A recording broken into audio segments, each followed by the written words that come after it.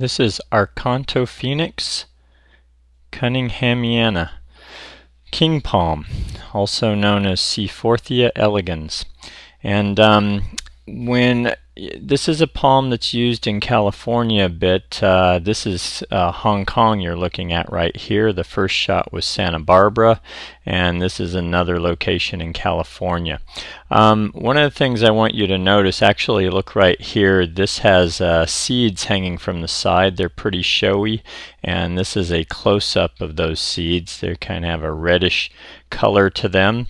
But what I want you to notice about this palm is how clean it appears. You're going to see a shot a little later where it's compared to a queen palm.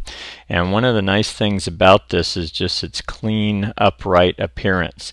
You'll notice that there aren't any old fronds hanging on this tree. There's a group of them here. These are about 30 feet tall, plus or minus 3 or 4 feet. And this is on these are street trees, again in Santa Barbara, California. And the thing I've really always liked about this tree is just its clean, upright, predictable appearance. You know, some trees, many trees, have a bit of irregularity to them, and some of the palms especially, they can look a bit messy. The fronds can get a kind of torn up, or you'll have older ones that hang on, or the sheath along the trunk of the tree can look messy.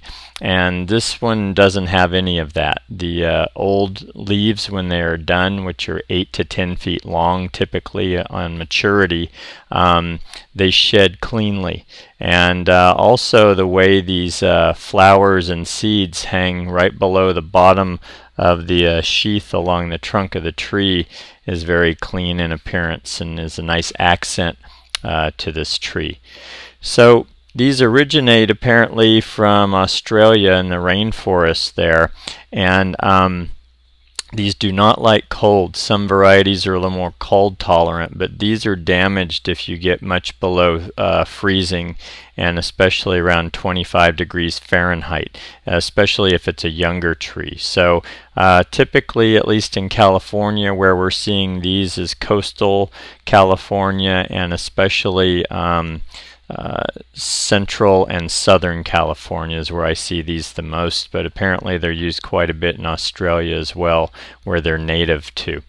And I did see these in Hong Kong, by the way, and they look great there. I think they like the high humidity and the lack of cold temperatures there as well.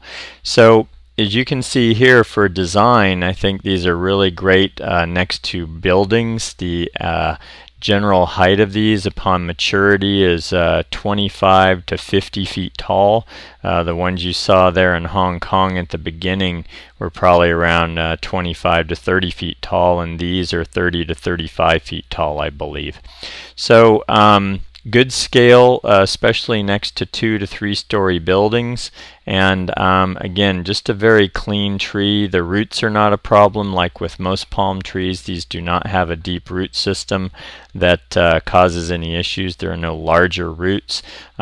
These do like kind of regular water though, although if these are in a sidewalk in Santa Barbara, these probably are getting very low water during the summer.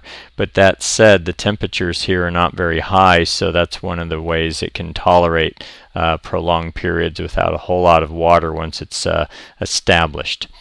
So that is king palm, Archontophoenix cunninghamiana, and really beautiful form of palm in the right place. Just make sure you have warmer temperatures, but a beautiful tropical effect, and looks great near the beach. Here you start to see the trunk, how clean that is, and right after this you're going to see how the fronds on the queen palm are a bit messier looking, as is the trunk itself. You see how there's a fuzz, and the sheath along the trunk there is kind of irregular and woolly, and that's what I meant by the difference in that in the king palm. So that is king palm. Great form of palm tree and really good for a street tree.